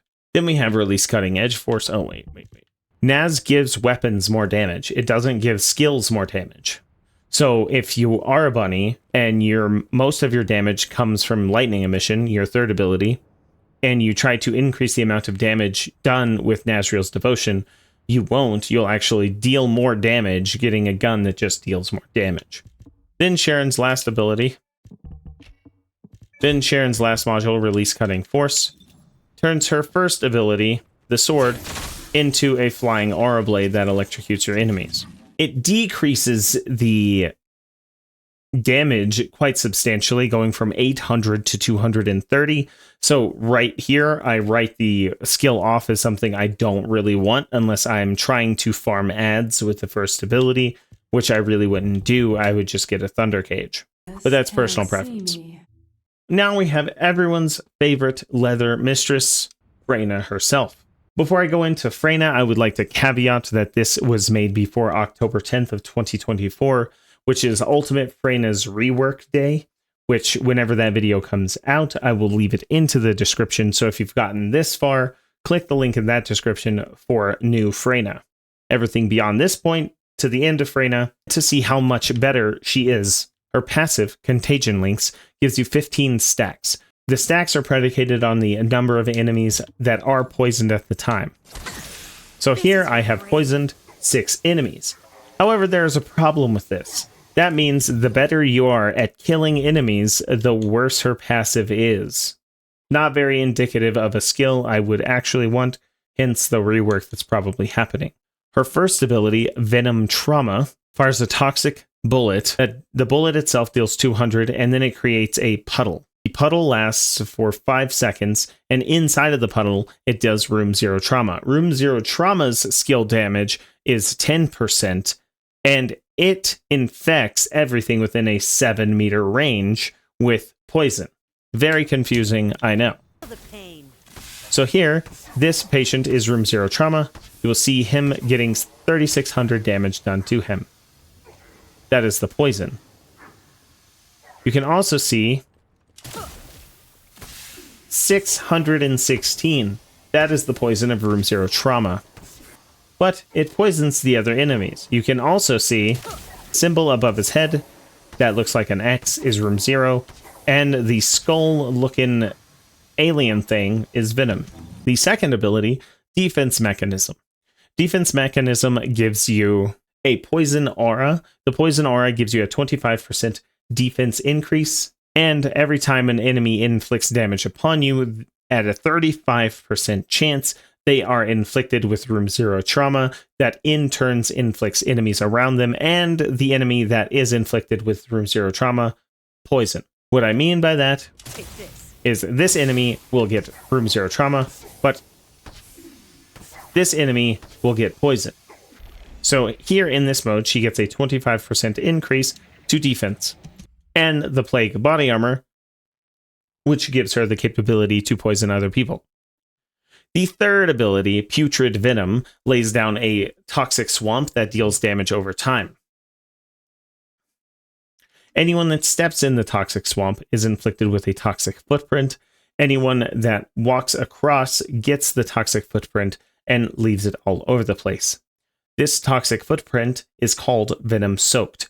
So the duration of the ability on the enemy is 10 seconds, leaving a footprint on the ground for 8 seconds. Any enemy that steps in the footprint is then poisoned for 10 seconds. This is one of the reasons Freyna needed a rework, because she was unnecessarily complicated. So, that little puddle that you saw underneath was the Venom-soaked footprint. Then her ultimate ability, which is currently, in my opinion, the only viable way to build a cracked out Freyna, is called Venom Baptism. This is another unique weapon where the weapon that you switch off from to is inheriting ammo modules such as fire rate and increased magazine. The stat stick I have for Freyna is a Secret Garden, and that is why my Secret Garden has expand weapon charge and fire rate up on it. So here you'll see 67 rounds. The base ability of Freyna has 45. You can get this to 90 using compulsory magazine. So that is how to get the most out of Venom Baptism. And then the fire rate does increase the fire rate of Venom Baptism. So Venom Baptism, each bullet inflicts Room Zero Trauma, which in turns inflicts poison on other enemies. If you inflict 2 enemies with Room Zero Trauma, they will in fact poison each other. Now, some tech to get this massive cooldown of 110 seconds down to the lowest amount. On my build, it is 11, is to use multi-talented. However, in order to use multi-talented, you have to snapshot. So here you see my ultimate is ending. Right before my ultimate is ending, if I activate my second ability, which is Dimension, you'll see a cooldown buff next to my gauge, and now my ultimate has an 11-second cooldown, and you can see it recharge extremely quickly. This is tech in order to get 90 rounds of ammunition from her ultimate downrange as fast as possible. This is important later for one of the best module builds that I think exists. First up, we have Venom Synthesis. Venom Synthesis transforms her third ability, the Venom Puddle, into you running around creating Venom Puddles. The only problem with this is that the damage of the poison for enemies to step in requires a lot of effort in order to actually kill an enemy. Not because it's bad, but just because an enemy has to walk or be inside of the circle to get poison, and then they are only damaged by the poison effect. You can build this for range and have a very discounted Valby. Budget Valby at best, discounted Valby definitely. Maybe bum Valby, because it doesn't do nearly the same amount of range and damage over time. Then we have Toxic Stimulation. Toxic Stimulation transforms the second ability into Plague Body Armor for your allies. If you can see by the little clip, everyone is getting the buff. This increases the defense amount to 30% with a 20% imbue rate of enemies getting poisoned whenever they hit you. This, I also believe, needs a buff. Then we have Contagion. Contagion is everyone's favorite ad clearer. What Contagion does is it kills ads around the patient that you are killing with an ability. So whenever an enemy dies from the poison, which is all granting room 0 trauma, they explode and they inflict contagion radius, which can be increased by range, and it is very good for clearing ads. See you later. You'll see him die, and then he gets infected shortly after. But once again, even if you build this way, I do think you should go Alt Brena, because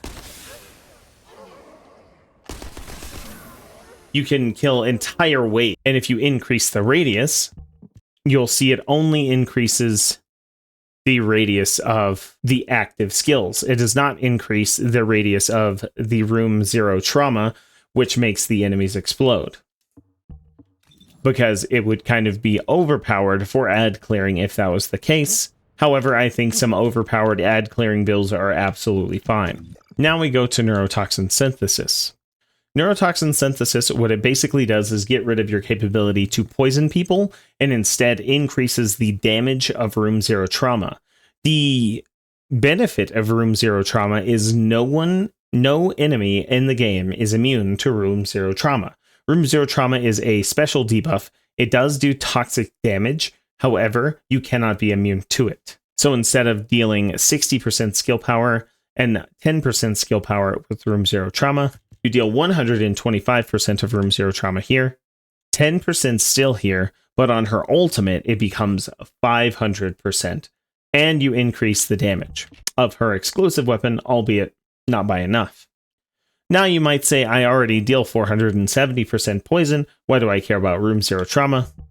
That is because, 1, you can't be immune to room 0 trauma, and 2, it does decrease their recovery. So I prefer neurotoxin synthesis because it is more damage over time, especially on Void Intercept bosses that can't be inflicted normally through poisoning of her ultimate. Because even if they aren't immune to poison, how are you going to inflict poison on them when room 0 trauma doesn't inflict poison? We have Turret Boy, Jaber. Jaber is yet another descendant who deploys a series of technological assets whilst having 0 tech in his types. So his passive Turret Sync increases firearm attack power and skill power by 20%. This is another misnomer, and it doesn't mean get 20% of this number. You get 20% of the firearm attack. This is 9,842. Added onto this number. That is why everyone thinks Jaber is still bugged. But his first ability is Assault Turret, and you get these when he has both turrets on the battlefield. His first turret, Assault Turret, sports a skill power modifier of 100 with a 15-second duration on a damage interval, and his stats are 75% of the summoner's stats. That lasts for 15 seconds. So you can see the Assault Turret activated. Even though it's an AoE turret, it attacks one enemy at a time. You'll notice that if you enhance the turret, it attacks all enemies. So you'll notice upon enhancing, it creates Turret Zone. The Turret Zone is a duration of 10 seconds, which you can increase with duration, and it damages all enemies inside of that zone based off of the same continuous damage interval. You only have to shoot the turret once for this to take effect. And you'll see a green bar. Then we have a healing turret that heals for 2.1% of maximum HP recovery amount. This does not mean you heal for 2.1%. This means that it can heal for 2.1%. You can go a little bit over though, and the math on that is kind of weird. However, the recovery interval I do think needs to be buffed, and I think it needs to be 0.5 seconds. Otherwise, he's just not as good as Yujin. The healing turret, I do believe, is the way to go for Jaber. And likewise, the turret zone, all it does is increase range and duration. You'll see 20,000 here, and now it is 22,000. That is because 20% of 9,800 gives you 22,000. If you add it on top of the build after the build is complete. This ability, the multi-purpose gun, you get 3 bullets, which, as you can see, is another unique weapon that is affected by magazine increases on weapons. Fire rate as well, but I don't think I would go stacking fire rate on his third ability. Using the multi-purpose gun is what he uses to create turret zones, which are just enhanced versions of his turret. If you hit an enemy with it, it does 554 skill power damage, but you'll probably get more damage out of the turret zone, and you'll get not any damage out of the healing turret. His fourth ability, Reactivate,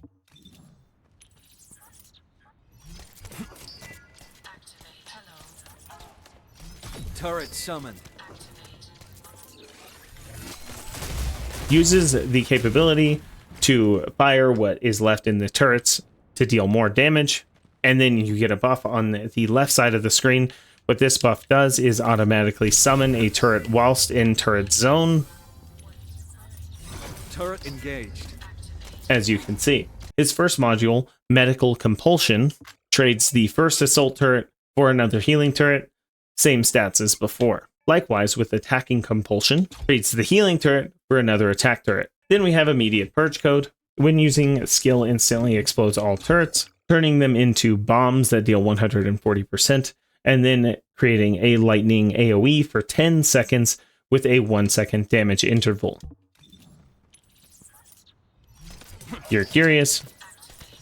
Medical turret activated. The ticks after are the lightning in the lightning zone. Then you are still granted the overhaul, which gives you the capability to immediately summon turrets whilst in turret zones. Last module, Turret Engineering, trades your unique firearm for an ability that all it does is increase the health recovery amount by 20% and the duration amount by 15%. You'll see here as the orange bar, this is the additional duration that you can see shrinking.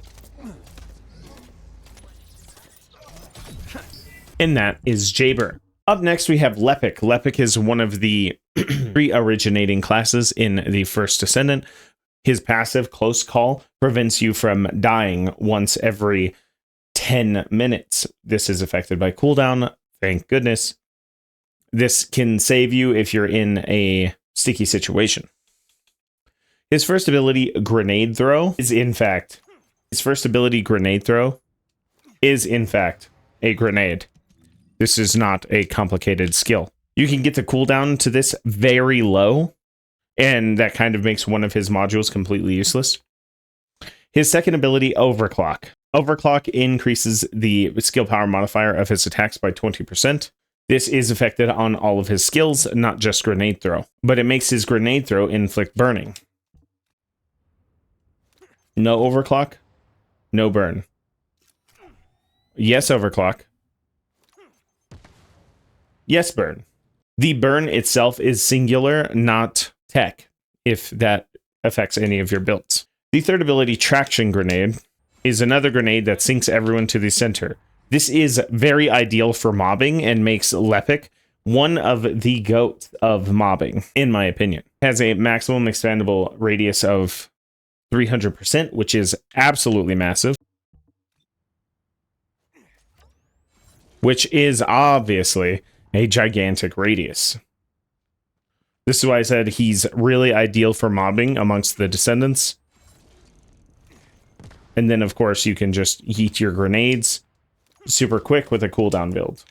His final ability, Overkill, this is what he's known for, also known as Chester the Cheeto Cat. This does use a ton of MP, so if you're going to have this kind of build, you'll need a cheeseball build. This is one of the highest skill damaging capabilities inside of the game due to its 2700 skill power modifier and spamming ability. If you build him right, you can get this to 22 cheese balls.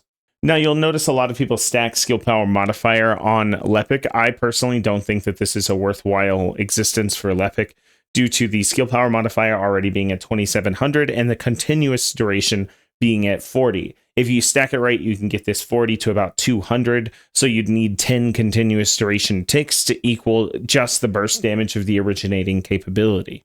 So the first module that everyone knows him for is Firearm Master. This is supposed to increase the capability of your cheese balls. After loading a weapon and changing a weapon for the 5 seconds, you get the skill power modifier increase and the skill range increase of 45%. So after I reload, you'll see the other one, and then after I change, you see the second buff pop up. This is the favorite for Cheeseball Lepic, not because of its insane capabilities, but because there just simply isn't anything better to put on him. It sports a skill power modifier increase of 40%, which everyone likes on the cheese balls.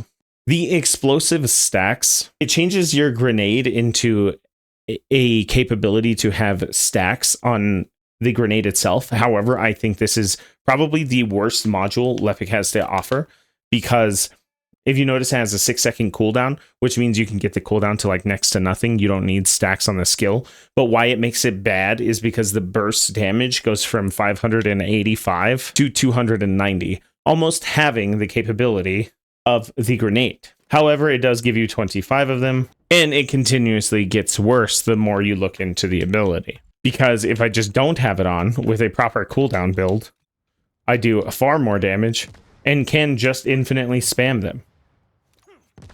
Why do I need that module? Nerve Infiltration changes overclock, and it just decreases all of the regenerative capabilities of the enemies hit by a grenade by 50%. You'll see the weakened regeneration look like a band-aid.